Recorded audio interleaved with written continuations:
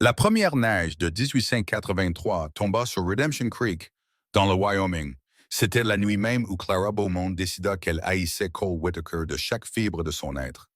Elle n'avait pas toujours ressenti cela. En fait, pendant la majeure partie de l'automne, elle avait été presque certaine de tomber amoureuse de lui, ce qui rendait le fait de le haïr bien plus compliqué et considérablement plus douloureux. Clara était arrivée à Redemption Creek en septembre, descendant de la diligence de Denver avec 2 malles de voyage. Elle avait aussi une sacoche en cuir remplie des recettes de sa défunte mère et la détermination tranquille et inébranlable d'une femme qui avait décidé de repartir à zéro. Elle avait 22 ans, avec des cheveux châtains foncés qu'elle relevait sagement pendant la journée. Le soir, elle les laissait tomber sur ses épaules, et elle avait des yeux de la couleur du ciel du Wyoming en octobre.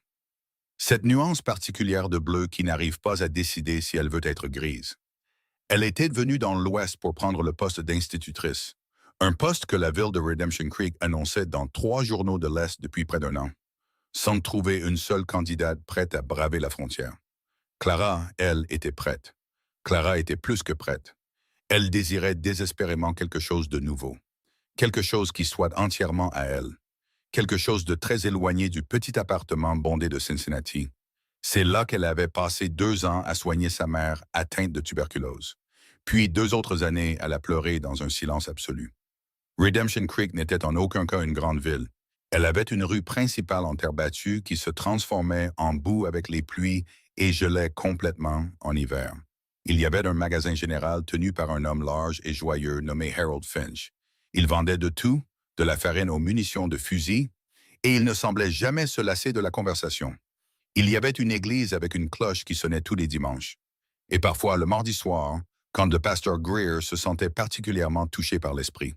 Il y avait un saloon appelé le Copper Spur, qui était considérablement plus bruyant que l'église.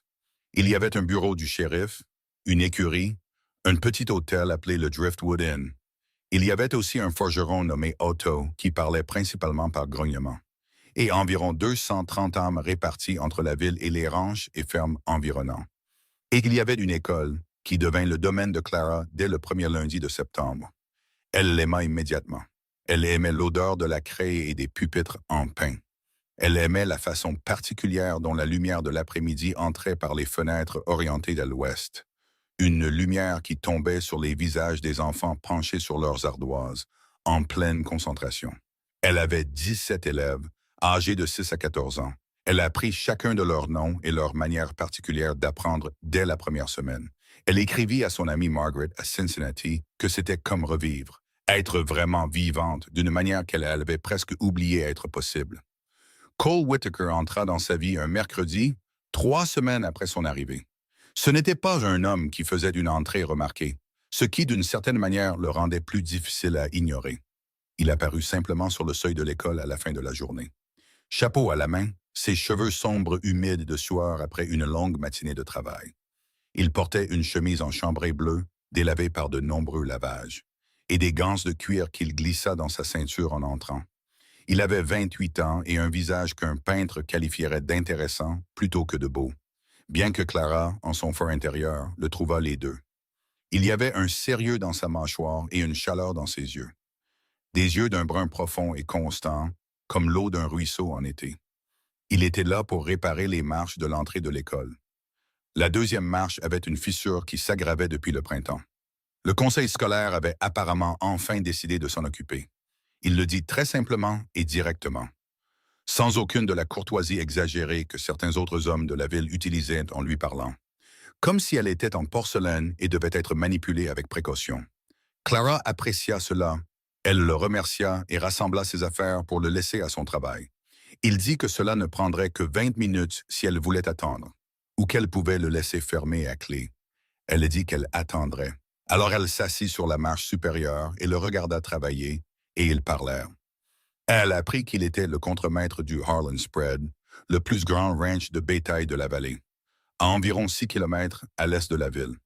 Elle apprit qu'il était venu du Texas au Wyoming à l'âge de 19 ans et qu'il n'avait jamais trouvé de raison de partir. Elle apprit qu'il lisait, ce qui la surprit pour des raisons dont elle n'était pas entièrement fière, et qu'il avait des opinions bien arrêtées sur les œuvres de Mark Twain. Elle lui dit qu'elle préférait Louisa May Alcott. Il répondit qu'il ne l'avait pas lu, et quelque chose dans la manière honnête dont il le dit, sans prétention ni dédain, lui donna envie de lui en apporter un exemplaire la prochaine fois qu'elle le verrait. La prochaine fois eut lieu 4 jours plus tard, quand elle le vit au magasin général. Elle avait le livre sous le bras, car elle avait pensé qu'elle pourrait le croiser. Et quand elle le vit, elle sentit une chaleur monter à son visage qu'elle choisit d'attribuer au soleil de septembre. Elle lui tenda le livre. Il regarda la couverture, puis la regarda avec ses yeux bruns et constants. Et il dit qu'il le lirait et lui ferait un rapport. C'est ce qu'il fit. 2 semaines plus tard, il repassa par l'école, cette fois un samedi, avec le livre et un compte rendu soigné et réfléchi de ce qu'il en avait pensé. Il dit qu'il l'avait trouvé plus émouvant qu'il ne s'y attendait, et qu'il pensait que la sœur aînée était le personnage le plus intéressant. Et Clara fut si passionnément en désaccord qu'ils passèrent 1 heure entière assis sur les marches réparées. Ils se disputèrent de la manière la plus délicieuse qui soit. En octobre, elle attendait les samedis d'une manière qui n'avait rien à voir avec la fin de la semaine scolaire. Il commença à la raccompagner chez elle le soir quand il se trouvait en ville, ce qui semblait se produire avec une fréquence croissante. Il marchait le long de la rue principale, puis sur le sentier étroit au bord du ruisseau. Les trembles devenaient dorées et l'air sentait le froid à venir. Et Clara pensa qu'elle n'avait jamais eu un ami qui lui parut si immédiatement essentiel. C'est ce qu'elle se disait qu'il était, un ami. C'était un mensonge qu'elle se racontait avec une grande conviction. Le 1er novembre, il lui apporta un bocal de pêche en conserve. La cuisinière du ranch Harlan les avait préparés en été. Il dit qu'il avait pensé qu'elle les aimerait, parce qu'elle avait mentionné une fois, en passant, que sa mère avait l'habitude de conserver des pêches et que leur odeur lui rappelait toujours la maison. Clara tenait le bocal et sentit quelque chose bouger dans sa poitrine. Quelque chose qui avait été très soigneusement verrouillé depuis la mort de sa mère. Et elle pensa que soit cet homme était la personne la plus naturellement attentionnée qu'elle ait jamais rencontrée, soit il lui portait une attention très particulière. Elle espérait de tout son cœur que c'était la deuxième option. Elle n'avait pas tort, elle savait qu'elle n'avait pas tort. La façon dont il la regardait quand il pensait qu'elle ne regardait pas, la façon dont il se plaçait toujours légèrement entre elle et la rue quand il marchait, la façon dont il l'écoutait parler avec son attention pleine et entière, comme si ce qu'elle disait était la chose la plus intéressante qui se passait au monde à ce moment-là. Elle n'avait pas tort, et pourtant, il n'avait pas dit un mot, n'avait fait aucun geste. Il s'était maintenu à la distance précise et prudente d'un homme qui se maîtrisait parfaitement. Clara commençait à penser que sa parfaite maîtrise de soi était peut-être son pire défaut. Et puis la neige arriva et tout changea. La première neige était légère, juste une fine couche qui blanchit le monde pendant la nuit. Puis elle fondit à moitié le lendemain midi. Clara se tenait à la fenêtre de sa chambre au Driftwood Inn et la regardait tomber. Elle ressentait une agréable anticipation, car elle avait toujours aimé l'hiver. Et parce qu'elle avait l'idée, peut-être folle, qu'être bloquée par la neige dans une petite ville de l'Ouest avec un homme dont elle n'était absolument pas amoureuse pourrait, d'une manière ou d'une autre, accélérer certains développements émotionnels. Elle vit Cole le lendemain matin, brièvement, devant le magasin général. Il lui fit un signe de chapeau et lui dit bonjour. Il dit que la neige était arrivée plus tôt que prévu et elle répondit que oui, en effet. Et elle lui sourit avec ce qu'elle espérait être de la chaleur et une invitation. Il la regarda un instant avec une expression qu'elle ne put déchiffrer. Puis il dit qu'il devait retourner au ranch et il partit. Elle resta dans la rue et le regarda s'éloigner à cheval, se disant que cela ne signifiait rien. Mais 1 semaine passa et elle ne le vit pas. Elle se dit qu'il était occupé avec le ranch, avec le bétail, avec l'approche de l'hiver. Elle savait que c'était une période très exigeante pour les éleveurs. 1 autre semaine passa. Elle commença à passer au magasin général plus souvent que nécessaire, car Harold Finch connaissait toujours les affaires de tout le monde. Et on pouvait compter sur lui pour des informations livrées avec un grand enthousiasme. Harold lui dit que Cole était passé 2 jours auparavant pour acheter des provisions et qu'il avait semblé aller bien. Clara sourit, acheta une boîte de biscuits dont elle n'avait pas besoin et rentra chez elle. 1 autre semaine passa. Elle le vit une fois de l'autre côté de la rue, de loin. Il leva les yeux et elle leva la main pour le saluer. Il la regarda pendant ce qui sembla un très long moment. Puis il se tourna et partit dans l'autre direction. Elle resta debout dans la boue gelée de la rue principale. Et elle sentit quelque chose en elle devenir très immobile et très froid. Il l'évitait. Il n'y avait pas d'autre explication. Il l'évitait délibérément, ostensiblement, sans équivoque. Et elle ne pouvait absolument pas comprendre pourquoi. Sauf la possibilité qu'elle se soit trompée sur toute la ligne. Sur les pêches, les livres et les promenades le long du ruisseau. Et peut-être que ce qu'elle avait pris pour de la tendresse n'était rien de plus qu'une courtoisie ordinaire de la frontière, dirigée vers une nouvelle venue qui avait besoin d'aide pour s'installer. Et maintenant qu'elle était installée, il avait simplement repris sa vie. Et elle se tenait dans la rue comme une idiote. Les semaines s'accumulèrent. Novembre laissa place à décembre. Le froid s'installa sur Redemption Creek comme une main qui appuie. Et la neige arriva pour de bon, s'entassant contre les devantures des magasins et s'accumulant dans les ruelles. Et Clara se jeta dans son travail avec la férocité de quelqu'un qui a désespérément besoin d'être occupé. Elle décora l'école pour Noël avec des étoiles en papier et des branches de pin. Elle organisa un petit spectacle d'hiver pour les familles et des enfants. Elle échangea de longues lettres avec Margaret à Cincinnati. Dans ces lettres, elle décrivait le paysage avec une grande éloquence. Et elle ne mentionna pas une seule fois Cole Whittaker, ce qui était une forme de retenue héroïque. Elle était en colère, elle était blessée, elle était en colère d'être blessée. Parce qu'elle s'était dit à plusieurs reprises de ne rien construire sur les fondations de l'attention d'un homme. Et elle avait quand même construit quelque chose. Et maintenant elle était là, dans les décombres, les pieds gelés et la fierté blessée. Décembre fut un long mois. Elle entendait son nom de temps en temps. Elle ne pouvait l'empêcher dans une ville de cette taille. Le pasteur Greer mentionna lors du service du dimanche que Cole avait fait don de bois pour la réparation du mur latéral de l'église, endommagé par le premier grand gel de novembre. Harold Finch mentionna que Cole avait organisé une livraison de provisions pour la famille Whitfield. Il vivait dans la ferme du Nord. Le vieux Jeb Whitfield était tombé malade d'une pneumonie. Et la famille risquait de manquer de provisions avant le printemps. Clara absorbait ces informations et les classait. Et elle refusait d'examiner ce qu'elle lui disait sur son caractère, parce qu'elle était trop occupée à être en colère contre lui. Ce qu'elle ne savait pas, et ne pouvait pas me savoir, c'est que Cole Whittaker passait à cheval sous sa fenêtre 3 nuits sur 7 cet hiver-là. Il parcourait le périmètre de la ville dans le noir, dans un froid qui tombait à moins 20 degrés et parfois plus bas. Son souffle et celui de son cheval formaient de grands nuages de vapeur au clair de lune. Et il surveillait les rues, les ruelles et les abords du Driftwood Inn, avec l'attention prudente d'un homme qui a une raison très spécifique et très sérieuse de faire ce qu'il fait. La raison avait un nom, et ce nom était Doyle Hatch. Cole connaissait Doyle Hatch depuis 7 ans, depuis que Hatch avait travaillé pour la même équipe au Texas que Cole dans sa jeunesse. Il savait déjà à l'époque que Hatch était le genre d'homme qu'il fallait surveiller de près. Le genre d'homme qui souriait facilement sans que cela ne signifie rien, qui pouvait être amical une minute et dangereux la suivante, et qui n'avait aucun principe particulier guidant son comportement, sauf le principe de son propre avantage immédiat. Hatch avait été renvoyé de l'équipe du Texas pour des raisons qui n'avaient jamais été entièrement expliquées aux simples employés. Et Cole avait été soulagé de le voir partir. Il fut beaucoup moins soulagé quand Hatch arriva à Redemption Creek à la fin d'octobre, 2 semaines après la première conversation à laquelle Cole avait pensé tous les jours depuis. Il avait vu Hatch au Copper Spur, assis à une table d'angle avec 2 hommes que Cole ne reconnaissait pas. Des hommes qui avaient l'allure particulière de fauteurs de troubles à gages. Et quelque chose dans les entrailles de Cole devint froid et silencieux, de la manière dont cela se produisait lorsque les choses étaient sur le point de devenir sérieuses.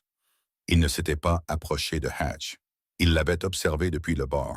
Et Hatch l'avait observé en retour à travers la pièce avec ses yeux plats et pâles qui ne laissaient jamais rien paraître. Puis Hatch avait souri, et Cole avait su, avec la certitude d'un homme qui a appris à faire confiance à ses instincts au prix d'un apprentissage difficile, que quelque chose se préparait. Il s'était renseigné, prudemment et discrètement. Harold Finch, qui savait vraiment tout ce qui se passait à Redemption Creek, confirma que Hatch et ses 2 compagnons avaient pris une chambre au Driftwood Inn, le même hôtel où séjournait Clara Beaumont. Cole était resté un long moment dans le froid devant le magasin général, avec cette information particulière pesant comme une pierre dans sa poitrine. Il avait pensé à la façon dont elle souriait.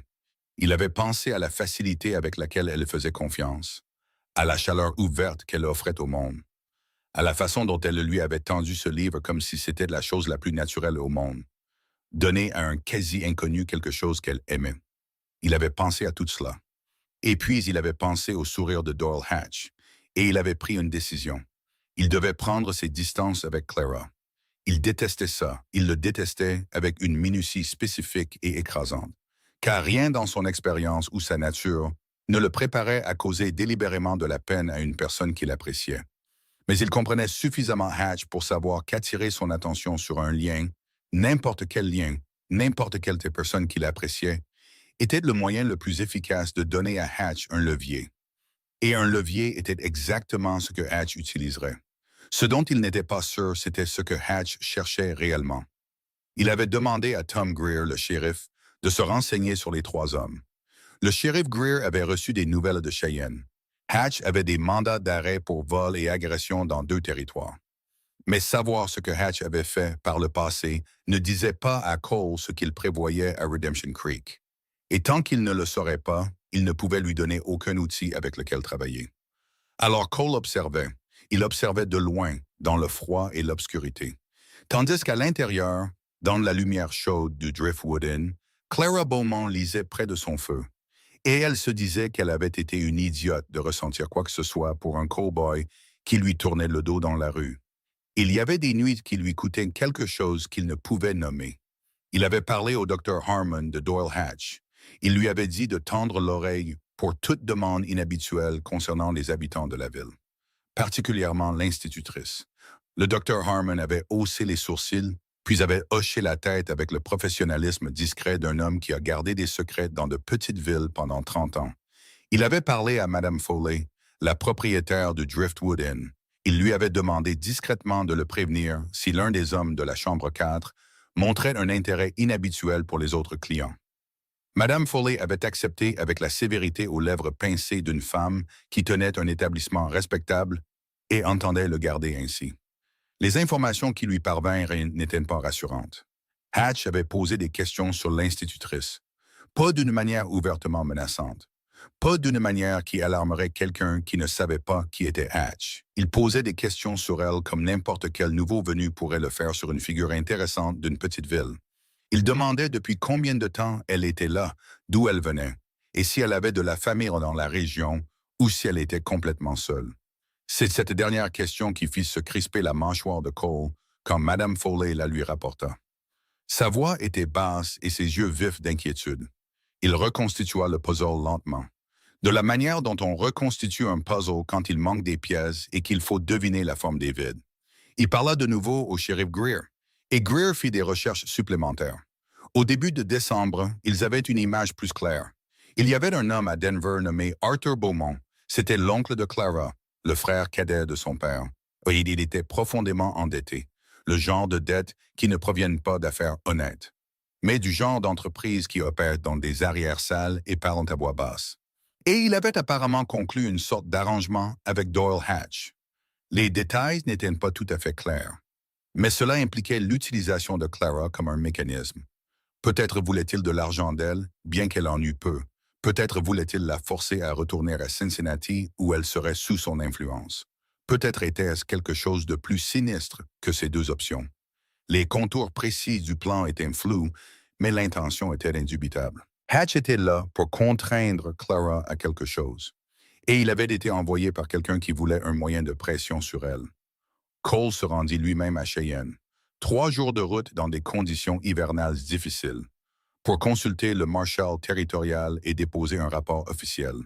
Il revint avec la promesse du marshal d'envoyer des adjointes dans le mois, et avec la certitude que Hatch ne pouvait pas être simplement chassé sans preuve d'un crime réel, car les hommes comme Hatch étaient prudents, et ils ne vous donnaient pas la preuve avant d'être prêts à agir. Il continua à surveiller. Il garda ses distances avec Clara, ce qui était la chose la plus difficile qu'il ait faite depuis le jour où il avait enterré son père dans la terre dure du Texas. Et il se disait qu'elle était en sécurité, qu'elle était au chaud, qu'elle travaillait et qu'elle était vivante. Et c'était ça qui comptait. C'était la seule chose qui comptait. Et il réglerait le reste quand tout cela serait terminé. Il la vit à l'église le premier dimanche de décembre. Elle était assise au troisième rang et portait un manteau vert foncé qu'il n'avait pas vu auparavant. Et ses cheveux étaient relevés avec une petite branche de baie d'hiver séchée. Et il pensa qu'elle était la plus belle chose qu'il ait jamais vue. Et il s'assit 4 rangs derrière elle et fixa sa nuque, et il se sentit le pire des imbéciles. Elle ne le regarda pas une seule fois. Il rentra de l'église ce jour-là, les mains dans les poches et la tête basse. Et il pensa que quand tout cela serait fini, si elle acceptait ne serait-ce que de lui parler, il allait tout lui dire. Chaque détail. Et ensuite, quelle que soit sa décision, ce serait à elle de voir, et il l'accepterait. Il pensait qu'il pourrait probablement survivre si elle décidait de ne plus rien avoir à faire avec un homme qui lui avait causé de la peine. Même s'il l'avait fait pour des raisons qu'il croyait justes, il pensait qu'il pourrait y survivre. Il n'en était pas tout à fait certain, mais il le pensait. Noël passa. Clara organisa son spectacle et ses 17 élèves le jouèrent admirablement. Et les familles de Redemption Creek s'assirent dans l'école et applaudirent. Et pendant 2 heures, un jeudi soir, le petit bâtiment fut lumineux, chaud et sentait le pin. Et il y eut des chants. Et Cole se tenait au fond. Il avait été invité par la fille de Harold Finch, Nell, qui était l'une des élèves de Clara. Et il regarda Clara diriger ses enfants avec cette combinaison particulière de chaleur et d'autorité qu'elle possédait. Et quelque chose dans sa poitrine lui fit mal si spécifiquement et complètement que c'était presque comme une blessure physique. Elle le vit. Leurs regards se croisèrent à travers l'école, par-dessus les têtes des familles assemblées. Et pendant un instant, sans se garder, il se permit de la regarder comme il s'était refusé à le faire depuis 2 mois, avec tout ce qu'il ressentait, tout, sans filtre et honnêtement. Et puis elle détourna rapidement les yeux, et l'expression sur son visage n'était pas celle d'une femme qui ne ressentait rien. Il rentra à son dortoir au Ranch Harlan. Il resta assis la moitié de la nuit devant le poêle, et il essaya de penser à autre chose qu'à la nuance exacte de ses yeux à la lueur de la lampe. Il ne put pas. Janvier fut glacial. La température chuta à des niveaux qui faisaient du travail avec le bétail un acte d'endurance physique authentique. Et Cole passa des journées de 12 heures en selle. Il aidait à déplacer le troupeau Harlan vers le pâturage abrité du sud. Il brisait la glace sur les abreuvoirs. Et il réparait des sections de clôture que le froid avait rendues cassantes. Il était épuisé d'une manière qui lui pénétrait les os. Et pourtant, toutes les 3 nuits, il parcourait le périmètre de Redemption Creek et surveillait. Il avait tenu le shérif Greer informé de chaque observation. Les adjoints du Marshal étaient arrivés fin décembre, discrètement. Ils avaient pris des chambres au Copper Spur et s'étaient présentés comme des employés de ranch de passage. Et Cole les avait informés de tout ce qu'ils savaient. Ensemble, ils surveillaient Hatch et ses 2 hommes et attendaient. Hatch était patient, ce qui était sa qualité la plus dangereuse. Il se comportait avec une parfaite banalité. Il restait au saloon et dans sa chambre à l'hôtel. Il ne causait aucun trouble visible. Il conversait avec les habitants de la manière facile qu'ont les hommes charmants et dangereux. Cole le regardait se lier d'amitié avec des gens qui n'avaient aucune idée de qui il était. Et il ressentait une fureur froide et particulière qu'il gardait très soigneusement sous contrôle. Le mouvement eut lieu la 2e semaine de janvier. Cole était venu en ville un mercredi après-midi pour prendre des provisions pour le ranch et pour avoir une brève conférence avec le shérif Greer. Il était au magasin général quand Harold Finch dit, sur le ton de quelqu'un qui transmet des nouvelles intéressantes, que Mademoiselle Beaumont avait reçu un visiteur ce matin-là. Un homme qui était arrivé par la diligence. Il était allé directement à l'école et avait demandé à lui parler. Et elle avait envoyé les enfants dehors pour une récréation anticipée. Les mains de Cole s'immobilisèrent sur le comptoir. Il se dirigea vers l'école. Il ne courut pas, car courir attirerait l'attention. Et les hommes de Hatch étaient quelque part dans cette ville, et il ne savait pas exactement où. Il marcha d'un pas mesuré et délibéré, le pas d'un homme très calme et très concentré, et il contourna l'école par le côté et écouta. Il pouvait entendre des voix à travers le mur mince, une voix d'homme douce et raisonnable, disant quelque chose sur la famille, sur l'obligation, disant quelque chose sur une dette qui devait être réglée, et sur le fait qu'il y avait des manières de procéder, des manières plus faciles et des manières plus difficiles, et qu'il serait mieux pour tout le monde que la manière la plus facile soit choisie. La voix de Clara, stable et tendue, portait la qualité particulière de quelqu'un qui a peur et ne veut pas le montrer. Elle disait qu'elle ne savait pas de quoi il parlait et qu'il devait partir. Cole contourna le devant de l'école et ouvrit la porte. L'homme à l'intérieur n'était pas Doyle Hatch. C'était un homme plus petit, d'une cinquantaine d'années, avec un visage doux et des yeux vifs, et un costume qui avait été bon autrefois et était maintenant usé. Il se tourna quand Cole entra, et il y eut un éclair de quelque chose dans son expression, un calcul et un ajustement, avant qu'elle ne retrouve l'urbanité douce qu'il avait utilisée avec Clara. Clara regarda Cole, et l'expression sur son visage à cet instant non gardé était si compliquée qu'il ne put la lire entièrement. Mais le soulagement y était, indubitablement, aux côtés de la colère qu'elle portait clairement toujours envers lui. Et il garda ces deux choses dans sa poitrine et regarda l'homme en costume. Il dit calmement, « Je crois que cette dame vous a demandé de partir. » L'homme dit qu'il avait simplement une conversation avec sa nièce, que c'était une affaire de famille privée, et que peut-être Cole serait assez aimable pour attendre dehors. Cole le regarda un instant. Il dit, « Vous êtes Arthur Beaumont. » Ce n'était pas une question. Les yeux de l'homme changèrent légèrement. Il dit que c'était exact et qu'il ne voyait vraiment pas ce que cela avait à voir avec Cole. Cole dit, « Je pense que vous devriez aller au bureau du shérif Greer tout de suite et y attendre. Le marshal territorial a quelques questions à vous poser. » Il y eut une pause. Arthur Beaumont regarda Cole, puis Clara, puis de nouveau Cole. Et quoi qu'il ait vu sur le visage de Cole, qui n'avait rien de dramatique, juste une sorte de calme absolu et très particulier, le fit décider de ne pas discuter. Il prit son chapeau, lança à Clara un regard qui était à la fois un reproche et un avertissement, et sortit de l'école. Cole le regarda partir, puis il se tourna vers Clara. Elle se tenait très droite au centre de sa cellule de classe, les mains jointes devant elle, et elle le regarda avec une expression qu'il ne pouvait tout à fait supporter. Elle dit, « Comment connaissiez-vous son nom? » Cole dit, « Je suis au courant pour lui depuis un certain temps. Je suis désolé, je ne peux pas tout expliquer maintenant. Il y a des choses qui se passent et qui doivent être réglées d'abord. Est-ce que vous allez... » « Bien, dit dit-elle. « Je vais parfaitement bien. » Sa voix était froide et égale, et il pouvait entendre la douleur contenue dedans, comme une note de fond dans une musique. Elle dit, « Je ne savais pas que vous étiez encore conscient de mon existence. » Il la regarda.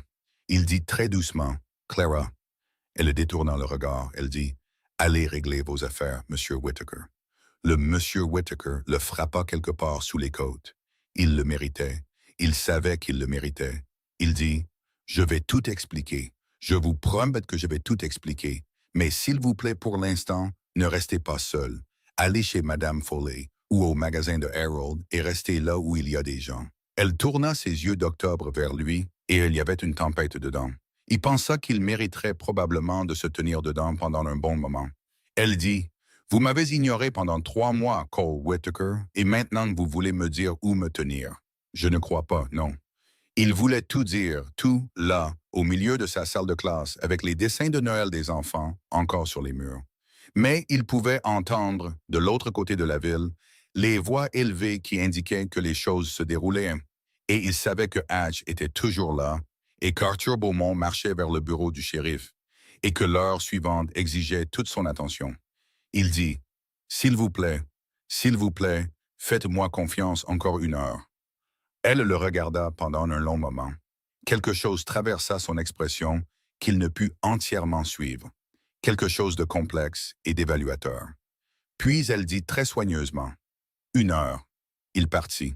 Ce qui suivit fut la résolution concentrée et décisive de quelque chose qui s'était construit pendant 3 mois. Le shérif Greer eut Arthur Beaumont dans son bureau en 20 minutes. Les 2 adjoints de Marshall avaient été alertés et se déplacèrent dans la ville pour localiser Hatch et ses hommes. Cole trouva Hatch au Copper Spur, comme il s'y attendait.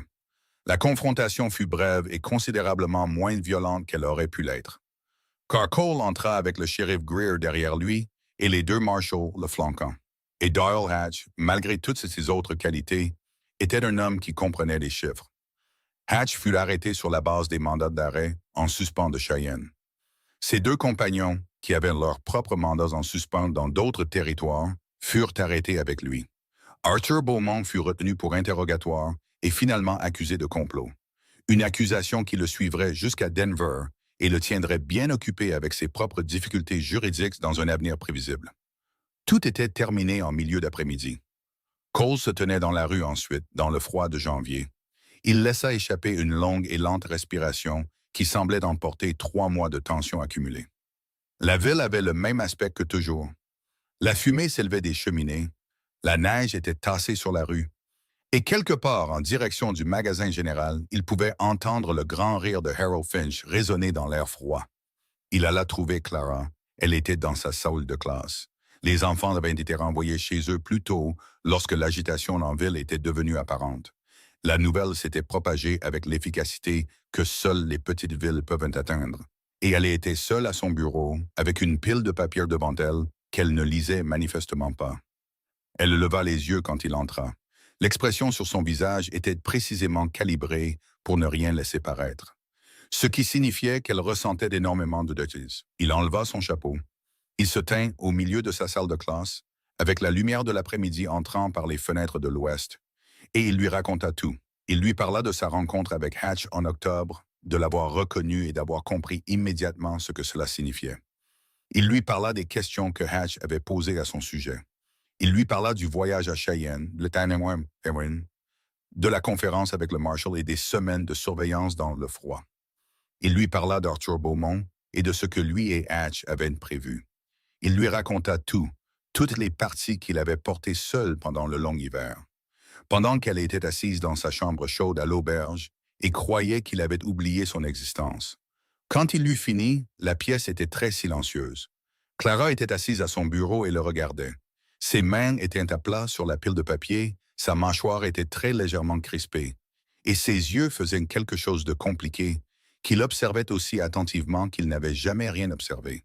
Elle dit, « Vous avez parcouru le périmètre de la ville la nuit. » Il dit, « Oui. » Elle dit, « 3 nuits sur 7. » Il dit, « Oui. » Elle dit, « Par des températures de moins de 20 degrés. » Il dit, « Parfois plus bas. » Elle dit, « Et vous n'avez pas pensé à me le dire. » Il dit, « J'avais peur que si Hatch savait que vous comptiez pour moi, il vous utiliserait pour m'atteindre. Et vous comptiez pour moi.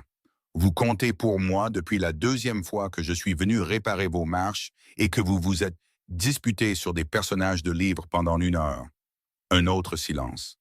La lumière se déplaçait sur le sol comme elle le faisait en fin d'après-midi, longue et dorée. Elle dit, « J'étais si en colère contre vous. » Il dit, « Je sais. » Elle dit, « Je me suis dit que j'avais été stupide. Je me suis dit que j'avais inventé quelque chose à partir de rien et que j'étais une personne ridicule de l'avoir fait. » Il dit, « Vous n'étiez pas stupide et vous n'aviez rien inventé. » Elle le regarda pendant un long moment, puis elle dit très doucement, « Vous auriez dû me le dire, Cole. Même un mot. Juste un mot pour dire que quelque chose n'allait pas. » Il y réfléchit. Il dit, « Vous avez raison. Je suis désolé. J'étais tellement préoccupé par votre sécurité que je n'ai pas assez pensé à vous épargner la douleur. J'aurais dû trouver un moyen. » Elle se leva de son bureau. Elle se dirigea vers la fenêtre et resta là un moment, le dos tourné vers lui. Elle regardait la ville blanche et gelée. Et il la laissa réfléchir et attendit, car elle avait gagné le droit de prendre tout le temps dont elle avait besoin. Quand elle se retourna, son expression avait changé. La neutralité prudente avait disparu. Et ce qu'il y avait en dessous, c'était tout ce qu'elle avait gardé très contrôlé et très privé pendant 3 mois. Et ce n'était pas de la colère, ou plutôt, ce n'était pas seulement de la colère. Elle dit, « Avez-vous la moindre idée de ce qu'a été cet hiver pour moi? » Il dit, « Je pense en avoir une idée. » Elle dit, « J'étais seul dans un endroit étranger, dans le froid, et la seule personne en qui j'avais osé avoir confiance a semblé décider du jour au lendemain que je ne valais pas son temps. Je me suis couché tous les soirs pendant 3 mois en me disant d'être raisonnable et de ne pas m'en soucier. Et chaque matin, je me réveillais et je m'en souciais encore, et je me détestais pour ça. » Il traversa la pièce. Il s'arrêta à quelques pas d'elle et elle ne recula pas. Ce qu'il nota avec l'attention prudente d'un homme qui observait cette femme depuis des mois. Il dit, « Je suis désolé. Je suis sincèrement, profondément désolé pour la douleur que je vous ai causée. Je l'ai faite en croyant que c'était le choix le plus sûr. Je sais maintenant qu'il existe différentes sortes de sécurité. » Elle leva les yeux vers lui. Elle dit, « Quelle est l'autre sorte? » Il dit, « Dire la vérité à quelqu'un, lui faire confiance avec tout le poids d'une chose au lieu d'essayer de la porter seule pour le protéger du fardeau. » Elle resta silencieuse un moment, puis elle dit très doucement, « Oui, c'est cela, cette sorte-là. » Il tendit la main et prit la sienne, qui était petite, froide et stable dans la sienne. Il la tint et dit, « Je vais vous demander si je peux recommencer. Pas depuis le début, car je ne veux pas revenir à l'époque où je ne vous connaissais pas, mais à partir d'ici, de ce moment. Et je vais être entièrement honnête avec vous à partir de maintenant, même quand l'honnêteté c'est compliqué. » Elle regarda leurs mains jointes, puis son visage. Elle dit, « Et si je suis toujours en colère contre vous? » Il dit, « Alors vous êtes toujours en colère contre moi, et j'attendrai. » Elle fit un petit bruit qui se situait entre un rire et une expiration. Et elle dit, « Je suis toujours en colère contre vous. » Il dit, « Je sais. » Elle dit, « Mais je suis moins en colère que ce matin. » Il dit, « C'est déjà quelque chose. » Elle dit, « C'est quelque chose. » Et elle ne retira pas sa main. Ils restèrent là dans la lumière hivernale de la salle de classe pendant un long moment, sans rien dire de plus. Et l'après-midi s'installa autour d'eux comme quelque chose qui commence, ce qui était précisément le cas. Les jours suivants furent une reconstruction prudente et délibérée de quelque chose qui avait été construit d'une fois, puis mis de côté, et qui devait maintenant être reconstruit avec de meilleurs matériaux et une meilleure compréhension. Cole vint à l'école le samedi et ils marchèrent, ce qu'ils n'avaient pas fait depuis octobre, le long du ruisseau qui était maintenant complètement gelé. Les sols sur ses rives ployaient sous le poids de la neige. Le froid était féroce, mais il portait des manteaux épais. Et il lui avait apporté une paire de gants doublés de laine qu'il lui présenta sans cérémonie. Il dit que ses mains avaient été froides dans l'école et qu'il l'avait remarqué. Elle les enfila et dit qu'ils lui allaient parfaitement. Elle le regarda de côté et dit, « Comment connaissiez-vous ma taille? » Il dit, « J'ai demandé à Madame Foley. » Elle secoua lentement la tête et dit, « Vous êtes un homme très réfléchi, Cole Whittaker. » Il dit, « Quand ça compte? » Elle dit, « Est-ce que ça compte? » Il la regarda directement dans l'air ouvert de l'hiver, avec le ruisseau gelé à côté d'eux, et les trembles nus dessinant leurs motifs délicats contre le ciel gris. Et il dit, « Plus que je ne peux vous le dire correctement pour l'instant, mais je vais continuer d'essayer. » Elle détourna le regard et il vit la couleur sur son visage qui n'était pas entièrement due au froid. Et il pensa que ce moment précis, avec la neige et le froid, et tout encore imparfait et non résolu, était d'une certaine manière le plus content qu'il se soit senti depuis très longtemps. Ils parlèrent en marchant, vraiment parlèrent, de la manière dont ils avaient parlé en automne avant que tout ne devienne compliqué.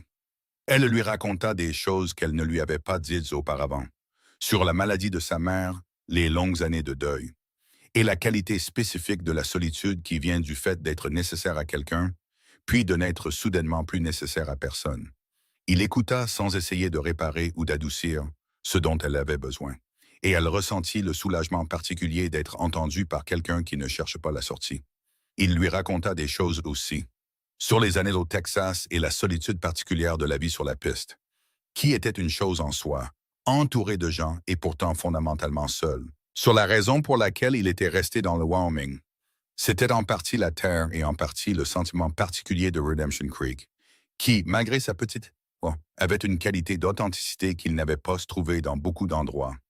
Sur son père, qui avait été un homme travailleur et largement silencieux, qui avait montré son amour en faisant plutôt qu'en disant, ce que Cole reconnaissait maintenant comme un schéma qu'il avait hérité sans le comprendre pleinement. Clara dit, « C'est pour ça que vous avez réparé mes marches et m'avez apporté des pêches? » Il sourit. C'était un vrai sourire, pas le demi-sourire poli qu'il portait parfois, mais le sourire complet qui atteignait ses yeux et changeait tout son visage, et que Clara avait secrètement décidé être l'une de ses choses préférées au monde. Il dit, « Je suppose que oui. » Elle dit, « Je préfère aussi les paroles, en plus des actes. » Il dit, « J'apprends. » Elle le dit, « Vous progressez bien. » Les semaines de janvier passèrent, le froid persista, et Clara traversa ses journées avec une légèreté qu'elle n'avait pas ressentie depuis début octobre. Une légèreté qu'elle était assez consciente pour reconnaître comme étant liée au fait que les choses se résolvaient dans une direction qu'elle ne s'était pas autorisée à espérer pendant les sombres mois de décembre. Elle enseignait toujours, guidant toujours ses 17 élèves à travers la lecture, l'arithmétique et l'émerveillement particulier de l'apprentissage. Et elle était douée pour ça, de la manière dont certaines personnes sont simplement douées pour leur vocation. Et savoir qu'elle était là où elle devait être faisait partie de ce qui la rendait heureuse. L'autre partie était plus compliquée et considérablement plus chaleureuse. Cole venait dans ville 3 fois par semaine maintenant, ce qui était plus que strictement nécessaire pour un contremaître de ranch pendant la lente période de fin d'hiver. Et il ne faisait aucun effort particulier pour expliquer pourquoi il devait être en ville si souvent. Et personne ne demandait d'explication. Car les petites villes comprennent certaines choses sans qu'on le leur dise. Harold Finch vibrait pratiquement de joie contenue chaque fois qu'il voyait Cole franchir la porte du magasin général, puis repartir en direction de l'école. Madame Foley ne disait rien du tout, mais le coin de sa bouche se courbait chaque fois que le sujet était abordé. Le pasteur Greer dit à Cole un dimanche après-midi après le service, avec la douce franchise d'un homme de foi dans une petite ville, « C'est une bonne femme, Cole. » Cole dit qu'il le savait. Le pasteur dit, « Les bonnes femmes méritent des intentions claires. » Cole le regarda un instant et dit, « Oui, monsieur, c'est vrai. » Et le pasteur hocha la tête et laissa l'affaire là. C'est le 2e samedi de février que Cole vint à l'école avec une proposition. Il vint à la fin de la journée scolaire, quand les enfants étaient partis et que Clara nettoyait le tableau noir. Il se tint sur le seuil, son chapeau à la main, de la manière qu'elle associait maintenant à des moments d'une importance particulière. Elle se tourna et vit son expression. C'était l'expression d'un homme qui a soigneusement préparé quelque chose et qui n'est néanmoins pas tout à fait certain de la façon dont cela va se passer. Il dit, « J'aimerais vous emmener dîner au Driftwood. » Elle dit, « Vous m'avez déjà emmené dîner au Driftwood. » Il dit, « J'aimerais vous y emmener cette fois avec la claire compréhension, énoncée clairement, que je vous fais la cour, si c'est quelque chose que vous êtes prête à envisager. » Elle posa sa craie. Elle se tourna complètement vers lui. Elle prit un moment, non pas pour décider, car elle avait décidé bien avant ce moment, mais pour se laisser pleinement ressentir le fait d'être demandée, clairement et sans ambiguïté, par quelqu'un qui avait gagné le droit de demander. Elle dit, « Je suis prête à l'envisager. » Il dit, « Alors j'aimerais vous rendre visite officiellement, avec votre permission, et faire les choses dans de bon ordre. » Elle dit, « Quel est-ce que t'ordre? » Il dit, « Dîner. » Puis d'autres dîners. Ensuite, j'aimerais vous apporter des fleurs au printemps, quand il y aura des fleurs à trouver, car je suis conscient que l'hiver est un facteur limitant. Et puis, à un moment donné, j'aimerais avoir une conversation plus longue sur la direction que les choses pourraient prendre. Elle dit, « C'est un plan très organisé. » Il dit, « Je suis une personne organisée quand le résultat m'importe. » Elle dit, « Et le résultat vous importe. » Il dit, « Considérablement. » Elle dit, « Oui. » Et ils allèrent dîner. C'était de la même salle à manger au Driftwood, où Clara avait mangé presque tous les soirs depuis septembre. Et pourtant, c'était entièrement différent, à cause de la façon dont il la regardait à travers la petite table, et du fait que plus rien n'était incertain ou non dit entre eux. Ils parlèrent pendant 3 heures. Les autres clients allèrent et vinrent. La cuisine ferma. Et Madame Foley leur apporta du café et un gâteau aux pommes séchées. Et elle ne leur suggéra pas de partir. Car Madame Foley était une romantique qui attendait ce développement depuis des mois. Février fut un meilleur mois que janvier, et janvier avait été considérablement meilleur que décembre. La neige était encore épaisse et le froid toujours sérieux. Mais février avait cette qualité qu'il avait parfois dans le Wyoming, où les jours commençaient à s'allonger et la lumière changeait presque imperceptiblement, devenant une nuance plus chaude et plus longue en fin d'après-midi. Une petite promesse de ce qui allait arriver. Clara le remarqua. Elle avait appris à lire les saisons du Wyoming pendant les mois qu'elle avait passés ici. Leur langage et leur rythme particulier. Cole lui apprit à monter à cheval. Elle avait déjà monté avec la douce compétence de quelqu'un qui a grandi dans une ville où l'équitation était une activité de loisir et non une nécessité. Mais pas à la manière de l'Ouest, pas de la manière qui consiste à comprendre le cheval comme un partenaire plutôt qu'un véhicule. Il avait une jument baie et calme au ranch. Il disait qu'elle était assez patiente pour enseigner à n'importe qui. Et le dimanche, quand le temps le permettait, ils montaient ensemble dans la vallée au sud du ranch, là où la terre était ouverte et les montagnes visibles dans 3 directions. Et l'échelle de tout cela, l'échelle purement immense du paysage hivernal du Wyoming, ne cessait jamais tout à fait d'étonner Clara. Elle le lui dit un dimanche après-midi, leurs chevaux côte à côte sur une petite colline, tandis que le soleil se déplaçait vers les sommets de l'ouest. Je comprends pourquoi vous êtes resté ici. Il dit, vraiment? Elle dit, c'est assez grand pour tout contenir. Quoi que vous portiez, c'est petite face à cela. Il regarda les montagnes, puis elle, et l'expression sur son visage était celle qui, même après des semaines, faisait bouger quelque chose tranquillement et complètement dans sa poitrine. Il dit, c'est exactement ça. C'est exactement pour ça. Mars s'annonça avec une tempête qui souffla pendant la nuit et enterra Redemption Creek sous 60 centimètres de neige fraîche, ce qui semblait être la dernière déclaration de l'hiver avant de concéder la défaite. Clara se réveilla dans un monde transformé en blanc et entièrement impraticable. Elle passa la journée à l'auberge à lire, à écrire des lettres et à attendre que les routes se dégagent. L'école fut fermée pendant 3 jours. Le troisième jour, lorsque la rue principale fut suffisamment dégagée pour la circulation, Cole apparut à la porte du Driftwood Inn. Il avait une écharpe rouge enroulée autour de son cou et un air de gaieté déterminé, qu'elle associait à un homme qui a été enfermé pendant 3 jours et a utilisé ce temps pour réfléchir. Il dit « Viens dehors ». Elle dit « Il gèle encore ». Il dit « Oui, mais la neige a une qualité particulière en ce moment qui vaut la peine d'être vue. Prends ton manteau ». Elle prit son manteau et ses nouveaux gants doublés de laine, et ils sortirent dans le monde blanc, et il avait raison. Il y avait une qualité. La lumière frappait la neige fraîche sous un angle qui rendait tout cristallin et légèrement bleu dans les ombres, et d'un or pur et brillant là où le soleil la frappait. Et les montagnes à l'ouest étaient si nettes et claires dans l'air froid qu'elles ressemblaient à une peinture. Elle se tint dans la rue, lentement, et regarda tout cela. Elle dit « D'accord, je vois ». Il dit « Ça valait le coup ». Elle dit « Ça valait le coup ». Il se tenait très près d'elle car le chemin n'avait été dégagé que sur une faible largeur. Et il y avait un mur de neige de chaque côté d'eux. Et quand elle se retourna pour lui faire face, elle le trouva plus proche qu'elle ne l'avait réalisé. Et son visage était juste là, ses yeux bruns et constants, et la légère chaleur au coin d'eux qu'elle avait cataloguée pendant de nombreuses semaines et de nombreuses observations attentives.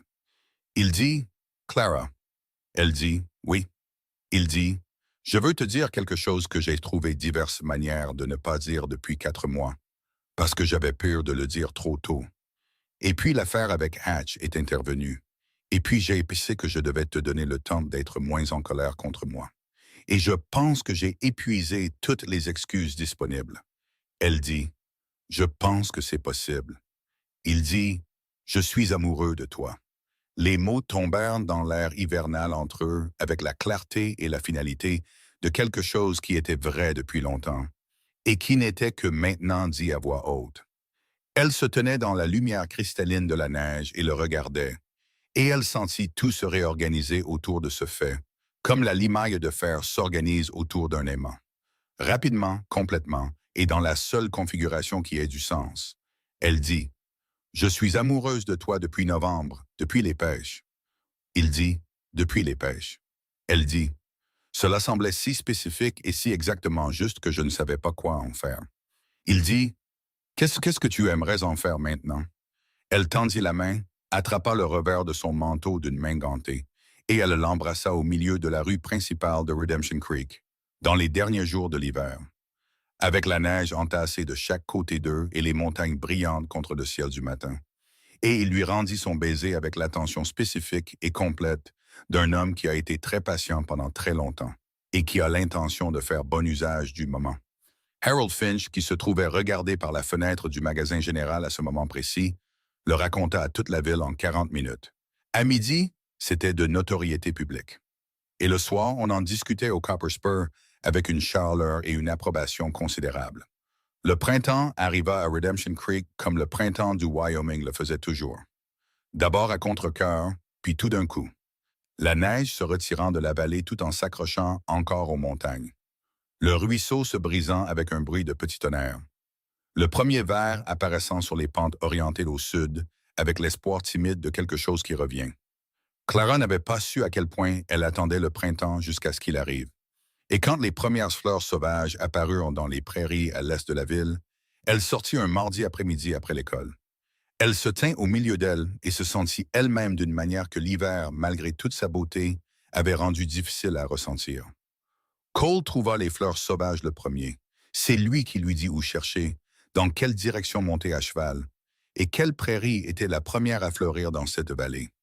Parce que le ruisseau la traversait, que l'exposition était au sud et que le sol était riche. Il connaissait la terre de cette manière intime, qui vient d'années à la parcourir à cheval en toute saison et par tous les temps. Et il partageait ce qu'il savait avec une ouverture que Clara trouvait profondément séduisante chez un homme. Cette volonté d'enseigner, de dire « Voici ce que je sais et je veux te le donner ». Il lui apporta des fleurs comme il l'avait promis, et il vint lui rendre visite de la manière correcte et organisée qu'il avait décrite. Et ils passèrent le printemps à s'apprendre l'un l'autre de la manière plus complète et détaillée qui suit l'hiver de crise et de réconciliation, apprenant les habitudes, les préférences et les petits schémas quotidiens de l'autre. Elle apprit qu'il était debout avant l'aube chaque jour sans effort, et qu'il était inutile pour quoi que ce soit après 22 heures le soir. Il apprit qu'elle tenait un journal qu'elle ne partageait avec personne, et qu'elle avait un besoin absolu de café fort le matin, qu'elle appelait une préférence, mais qui était en fait un besoin. Elle apprit qu'il était généreux de son temps et de ses connaissances, mais plus lent avec les mots, qu'il montrait ses sentiments par des actions si naturellement qu'il fallait le lui faire remarquer quand les mots étaient aussi nécessaires. Il y travaillait. Elle était patiente avec ce travail. Elle eut des discussions avec lui, de vraies discussions.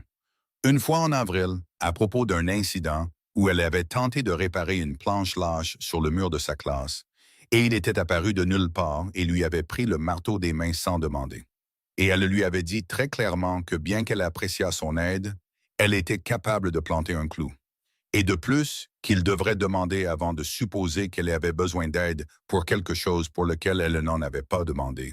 Il se tenait dans la salle de classe avec le marteau à la main, et l'expression d'un homme qui se recalibrait. Et puis il dit qu'elle avait tout à fait raison, lui rendit le marteau, et la regarda planter le clou très efficacement. Puis il dit, « Je vois que vous n'aviez pas besoin qu'on vous prenne le marteau. » Il dit, « Non. » Il dit, « Je suis désolé. » Ou il dit, « Merci. » Il dit, « Voulez-vous de l'aide pour la deuxième planche? » Il dit, « Oui, s'il vous plaît. » Ils travaillèrent ensemble sur le mur et l'après-midi fut entièrement agréable.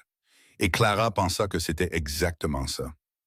Le fait de pouvoir dire la chose difficile et d'être entendue sans drame ni effondrement, c'était ce qu'elle ne savait pas qu'elle cherchait et qu'elle avait en quelque sorte trouvé. Le Ranch Harlan organisa son rassemblement de printemps en mai. Cole travailla des journées de 20 heures pendant une bonne semaine et demie, et Clara ne le vit que brièvement 2 fois pendant toute cette période. Cela ne la dérangeait pas vraiment, car elle comprenait le rythme de la vie de ranch, et parce qu'elle était elle-même occupée avec la fin de l'année scolaire approchant, la planification des examens finaux et la petite cérémonie qu'il faisait chaque juin lorsque les élèves les plus âgés terminèrent l'année. Mais elle remarqua son absence de la manière qu'elle avait apprise pendant le long hiver. C'était une sensation spécifique et identifiable qu'elle préférait à son contraire. Il vint à l'école le dimanche après la fin du rassemblement. Il avait de l'air fatigué de cette manière profonde qui vient du travail physique intense. Elle le fit s'asseoir et lui apporta du café qu'elle gardait dans une petite cafetière sur le poêle à bois. Elle l'utilisait pour chauffer la classe pendant les mois froids et continuait par habitude. Et elle s'assit en face de lui et ils parlèrent tranquillement pendant qu'il buvait le café. Et la tension de la dure semaine quitta progressivement ses épaules. Elle dit, « On dirait que tu pourrais dormir pendant 2 jours. » Il dit, « Je pourrais. Je n'ai pas l'intention de le faire. » Elle dit, « Quels sont tes plans? » Il dit, « Je pensais te parler de quelque chose. J'y pense depuis un certain temps et je voulais attendre d'avoir les idées claires. Mais le rassemblement a duré plus longtemps que prévu et les idées claires ont été rares. » Elle dit, « Tu as l'air d'avoir les idées modérément claires pour moi. » Il dit, « Elles sont plus claires que la semaine dernière. » Elle dit, « Alors parle. » Il posa la tasse de café, il la regarda à travers la petite distance de la salle de classe, avec la lumière du printemps entrant par les fenêtres, et l'odeur de craie, de fumée de bois et d'air du Wyoming, tout mélangé. Il dit, « Je veux t'épouser, Clara. J'en suis certain depuis février. Et j'ai essayé de trouver le bon moment. Et je pense que peut-être le bon moment ne se trouve pas tout seul. Il faut le créer. Elle le regarda. Les mots restèrent dans la pièce avec un poids net, simple et entièrement non compliqué. Et elle pensa à toute la distance qu'ils avaient parcourue pour arriver ici, les promenades d'automne et le silence de l'hiver. Le froid, la colère et la réconciliation. Le printemps et toutes les petites accumulations quotidiennes de connaissances et d'être connue. Et elle pensa qu'elle n'avait jamais de sa vie été plus certaine de quoi que ce soit. Elle dit, « Je veux t'épouser aussi. » Il dit, « Est-ce un oui? » Elle dit, « C'est tout à fait un oui. » Il plongea la main dans la poche de son manteau et en sortit d'une bague, petite et en or, avec une seule petite pierre de turquoise sertie. Ce n'était pas un diamant et ce n'était pas ce à quoi on aurait pu s'attendre. Mais c'était tout à fait juste, car il l'avait regardé dans la vitrine du bijoutier à Cheyenne et avait immédiatement pensé à la couleur de ses yeux en octobre. Et c'était tout. Elle la regarda à son doigt et sentit qu'il y avait de la poésie dans le fait qu'il ait pensé à ses yeux. Elle le lui dit. Il dit, « On m'a accusé d'être un homme pratique, mais il y a parfois des exceptions. » Elle dit, « Je suis très heureuse d'en être une. » Ils se marièrent en juin, un samedi, dans l'église avec la cloche qui sonnait tous les dimanches et parfois le mardi. Le pasteur Greer célébra la cérémonie avec un plaisir évident, et l'église était pleine, ce qui surprit quelque peu Clara.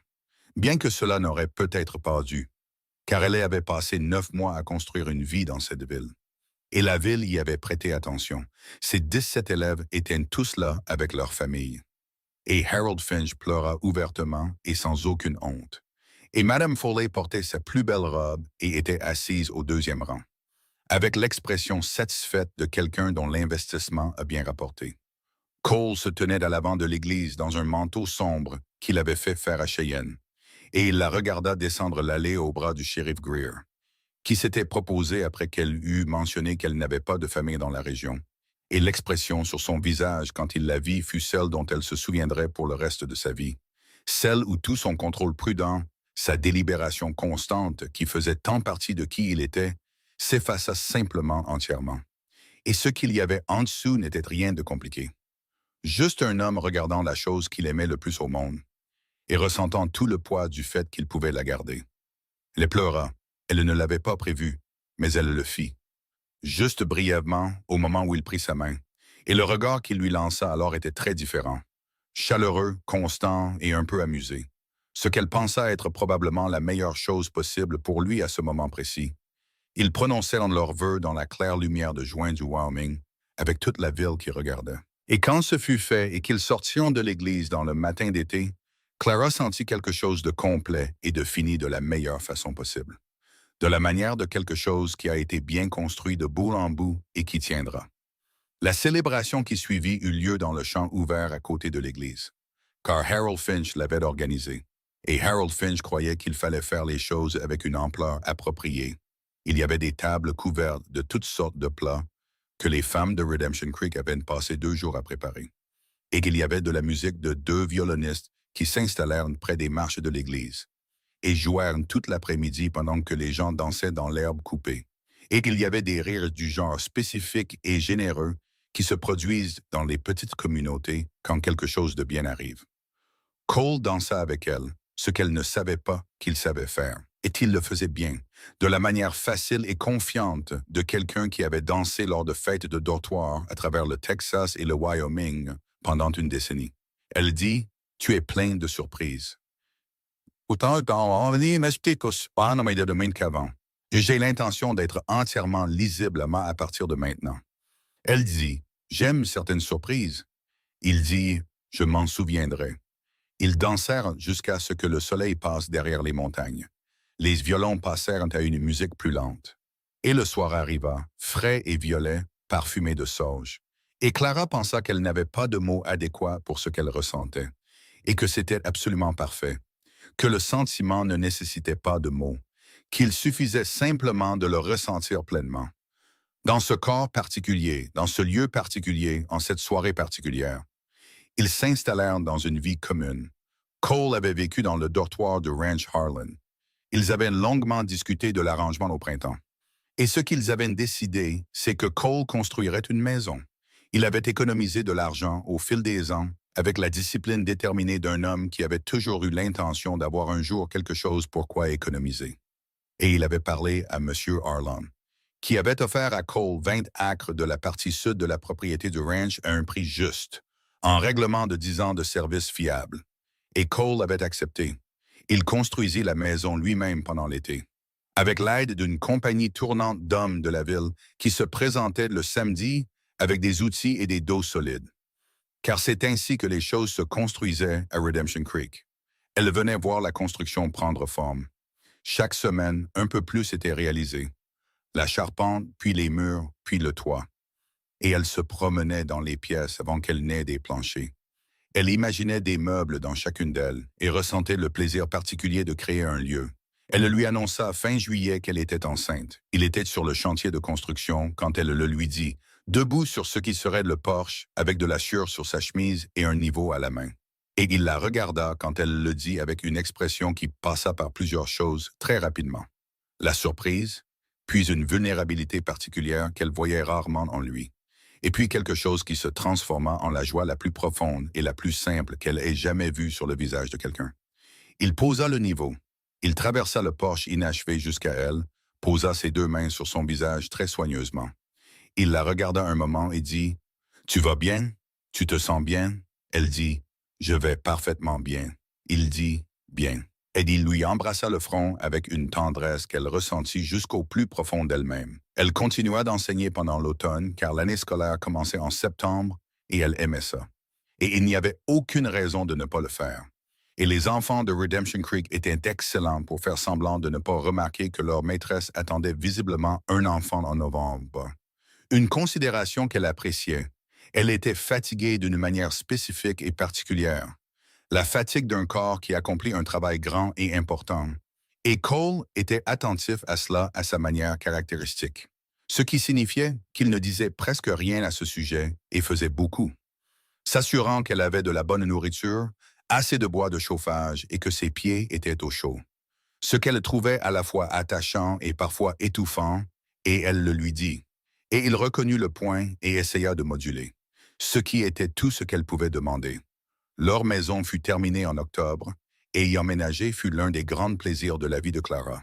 Elle disposa les meubles et accrocha des rideaux aux fenêtres, qui étaient grandes pour une maison de la frontière, parce qu'elle avait spécifiquement dit qu'elle voulait de grandes fenêtres, et Cole avait construit de grandes fenêtres. Et la lumière entrait du sud et de l'est, et les pièces avaient la qualité claire et lumineuse qu'elle avait voulu. Elle en fit un foyer à sa manière, avec soin, intention et les petits objets particuliers qui donnent à un lieu une impression d'être habité et permanent. Elle continua d'enseigner jusqu'en novembre et le conseil scolaire fut entièrement accommodant. Parce que le conseil scolaire comprenait que remplacer Mademoiselle Clara, qui était maintenant Madame Whittaker, serait considérablement plus difficile que de faire des concessions pour sa situation. Elle aimait ses élèves et il le savait. Et le sentiment était, à la manière des enfants, qui comprennent plus que les adultes ne leur en créditent, clairement réciproque. Le bébé arriva la première semaine de janvier, presque exactement un an après la résolution de l'affaire avec Doyle Hatch, ce que Clara noterait plus tard avec un certain amusement comme une date à marquer. C'était un garçon, en bonne santé, bruyant et doté d'une quantité remarquable de cheveux foncés.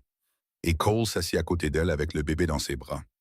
Et il regarda son fils avec une expression entièrement nouvelle, une sorte d'incrédulité étrange et tendre. Comme si l'existence de cette petite personne spécifique était la chose la plus extraordinaire qu'il ait jamais rencontrée, ce qui était le cas. Clara le regarda tenir le bébé et pensa qu'elle n'avait pas su qu'il était possible d'aimer deux personnes aussi complètement en même temps. Elle pensa que cela s'avérait faux, que l'amour de cette sorte ne se divisait pas mais se multipliait, qu'il y en avait en quelque sorte plus à mesure qu'il était requis.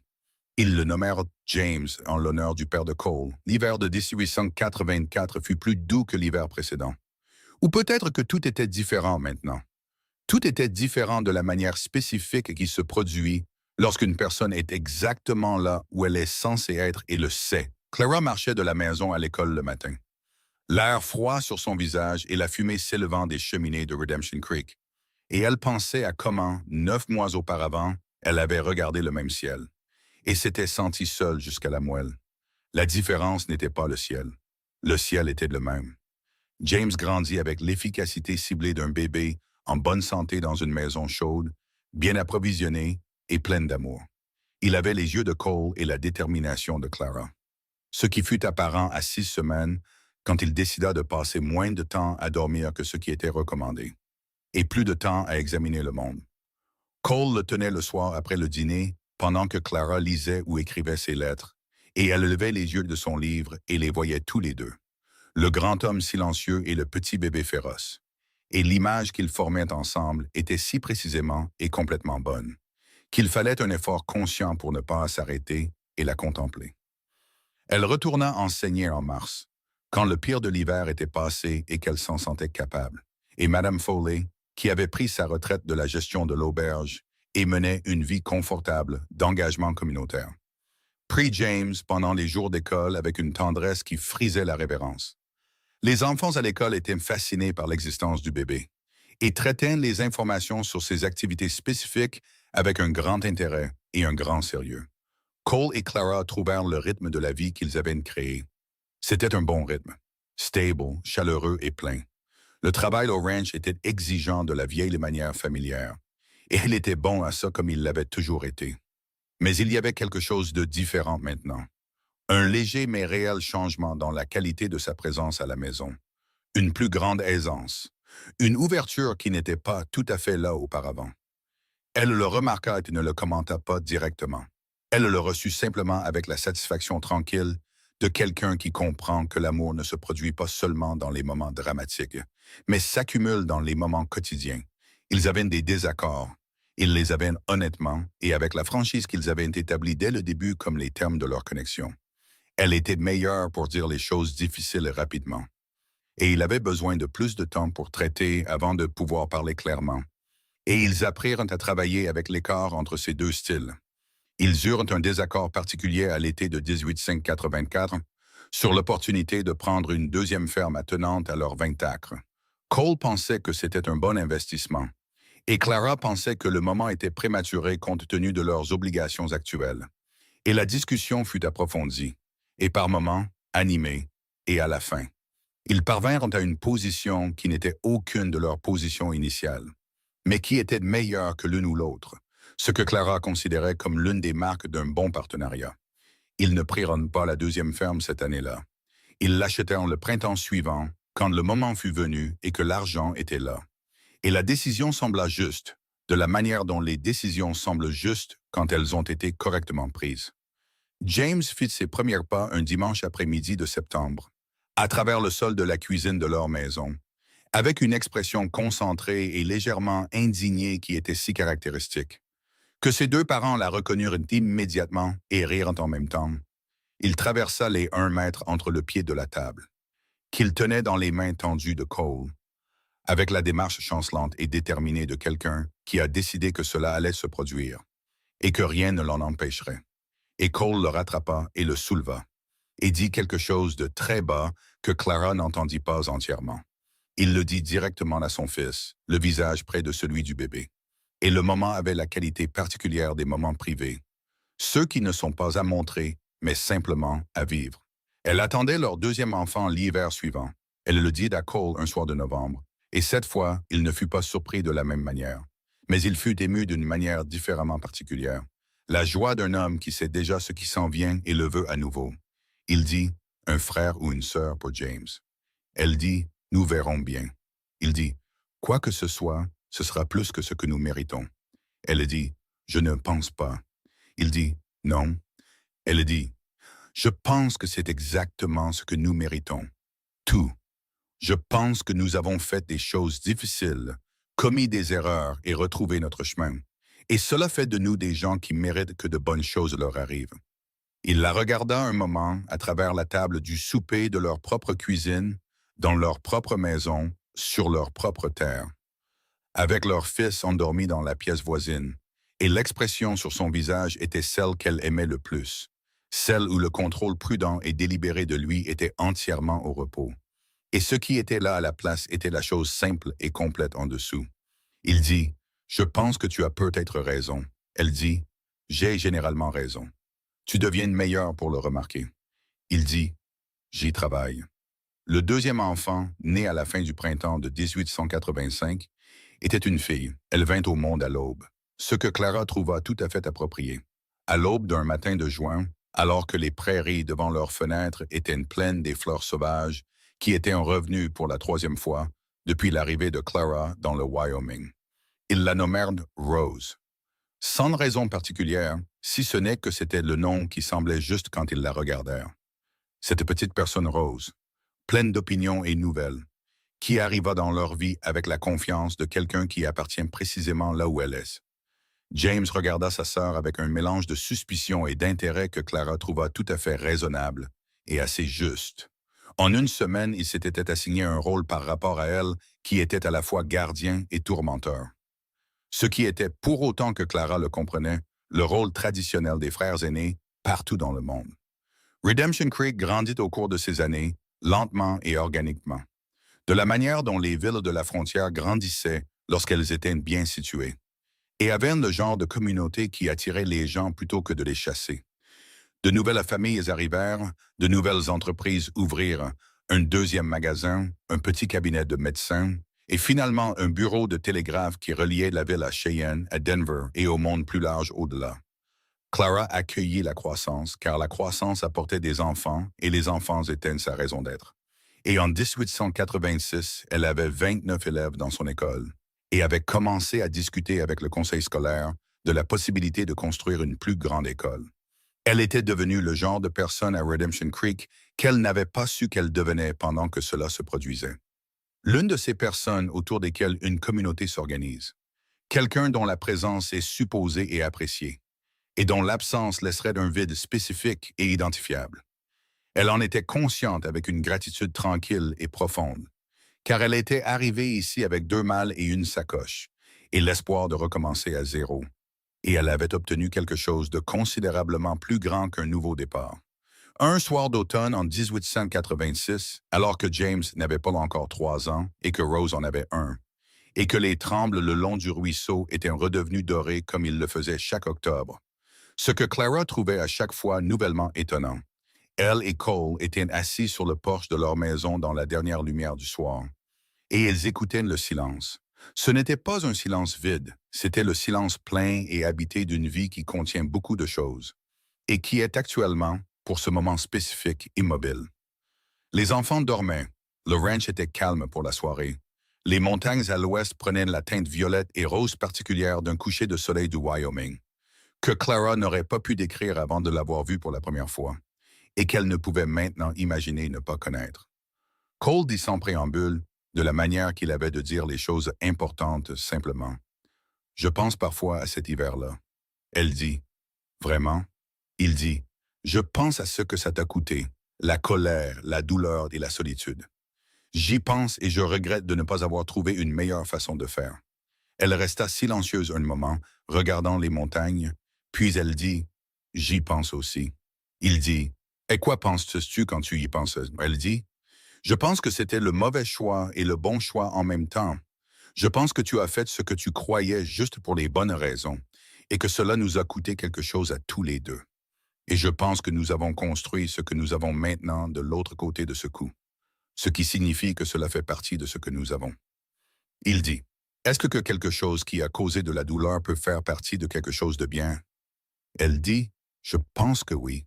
Je pense que la plupart des bonnes choses sont faites d'un matériau qui contient un peu de douleur. La question est de savoir si on a construit quelque chose qui en valait la peine. Il dit, « Penses-tu que nous l'avons fait? » Elle regarda leur maison, la fenêtre où la lampe brûlait dans la chambre où James dormait, le jardin qu'elle avait planté au printemps et qui leur avait donné assez de légumes pour tenir 3 mois d'hiver. Elle regarda les montagnes, les trembles et le ruisseau qu'elle pouvait entendre, mais pas voir dans l'obscurité. Et elle le regarda, le profil de l'homme à côté d'elle dans la lumière du soir. Stable, présent et à elle. Elle dit, « Oui, je pense que nous l'avons absolument fait. » Il prit sa main comme il l'avait prise 3 ans auparavant dans une rue gelée, tandis que l'hiver les entourait comme une respiration retenue, avec la même certitude et le même soin. Et ils restèrent assis ensemble sur le porche de leur maison, sur leur terre, dans la vallée qu'ils avaient revendiquée comme leur. Tandis que la nuit du Wyoming tombait et que les étoiles apparaissaient au-dessus des montagnes. Plus d'étoiles que Clara n'en avait jamais vues à Cincinnati. Plus d'étoiles qu'elle ne pouvait en compter ou en nommer. Une abondance brillante et ridicule.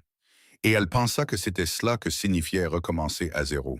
Pas le départ d'un lieu, mais l'arrivée dans un autre. Pas la fin d'une histoire, mais le début de tout ce qui comptait. Et elle appuya sa tête contre son épaule. Elle sentit la chaleur solide de lui à côté d'elle. Et elle était, de la manière complète et spécifique que très peu de gens parviennent à atteindre, et qu'elle avait failli ne pas s'autoriser, entièrement, complètement et irrévocablement heureuse. Le lendemain matin, James se réveilla à l'heure déraisonnable qu'il avait établie comme sa norme. Et il annonça ses besoins avec le volume et la franchise de quelqu'un qui n'a jamais douté que ses besoins seraient satisfaits. Cole se leva, car il était déjà réveillé, et Clara entendit sa voix basse dans la pièce voisine et les sons de son fils qui se calmaient progressivement. Et elle resta allongée dans leur lit, dans la grisaille du petit matin, regardant le plafond et souriant. La cloche de l'école sonna de l'autre côté de la vallée, car c'était un mardi, et le pasteur Greer était touché par l'esprit. Et le son porta, clair et net, à travers l'air d'octobre. Et quelque part dans les sols le long du ruisseau, un oiseau s'occupait de ses affaires matinales avec un grand enthousiasme. Et le monde entier était simplement lui-même. Ordinaire et extraordinaire à part égale. Et Clara Beaumont Whitaker, qui était arrivée à Redemption Creek avec une sacoche pleine des recettes de sa mère et l'espoir de quelque chose de nouveau, pensa que sa mère aurait adoré cet endroit, qu'elle aurait aimé les montagnes, le ciel et la qualité honnête de la vie ici. Et elle pensa que d'avoir apporté cet amour ici, de l'avoir transporté vers l'ouest depuis Cincinnati et de l'avoir planté en terre du Wyoming, était la meilleure chose qu'elle ait jamais faite. Elle se leva. Elle enfila son manteau et ses gants doublés de laine, et elle alla dans la cuisine où Cole préparait le café. James était assis par terre, examinant une cuillère en bois avec l'intensité concentrée qui caractérisait toutes ses investigations. Et Rose commençait à faire des bruits de réveil depuis le berceau près de la fenêtre. Et la cuisine sentait le café, la fumée de bois et la bonne odeur solide d'une maison habitée et aimée. Cole leva les yeux quand elle entra et lui tendit une tasse de café sans qu'on le lui demande. Car après 3 ans, il connaissait l'ordre des opérations. Et elle la prit, la tint à 2 mains et le regarda par-dessus le bord. Et il la regarda en retour avec ses yeux bruns et constants qu'elle avait si soigneusement catalogués pendant un automne, un hiver et un printemps, et qu'elle continuait de cataloguer chaque jour depuis. Et en eux, il y avait tout, toute l'histoire d'eux deux. Les promenades le long du ruisseau, les livres, les pêches, l'hiver froid et terrible et le retour du printemps. La bague avec la pierre de turquoise, la maison et les enfants. Chaque matin ordinaire et chaque soirée difficile, et chaque moment de grâce entre eux. Tout cela contenu là, dans ses yeux, dans la lumière du matin. Elle dit « Bonjour ». Il dit « Bonjour ». Dehors, les trembles étaient dorées, les montagnes étaient claires, le ruisseau coulait, et la journée commençait comme le font les bonnes journées, tranquillement et entièrement, avec tout ce dont elle avait besoin déjà présent.